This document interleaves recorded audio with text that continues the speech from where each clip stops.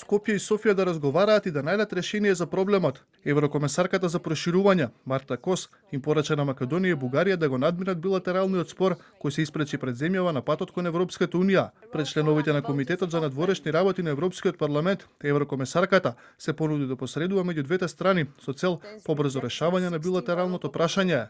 Бугарија и Северна Македонија треба да почнат да разговараат интензивно и да најдат решение за ова билатерално прашање.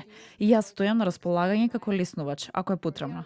За мене проширувањето е многу повеќе од само проширување. Тука станува збор за обединување на Европа. Тоа не е само морална неопходност, туку јасен услов за посилна и побезбедна Европа.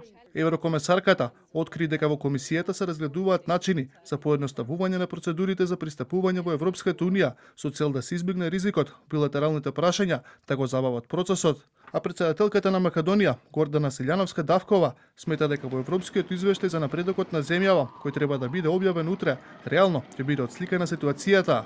Мислам дека овој пат како да има многу поголема ангажираност и посветеност на сето ова и одговорност.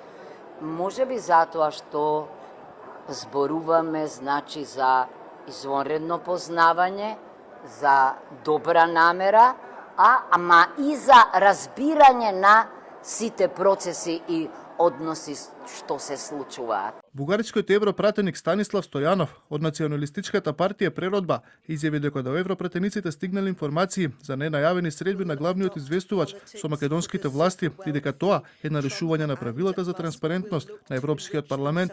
Неговиот сонародник Андреј Ковачев од партијата ГЕРБ пак и порача на Кос дека нема билатерални прашања меѓу Скопје и Софија, бидејќи во заклучоците од 2022 година и во преговарачката рамка 27 земји членки и земјата кандидат се согласиле со тоа.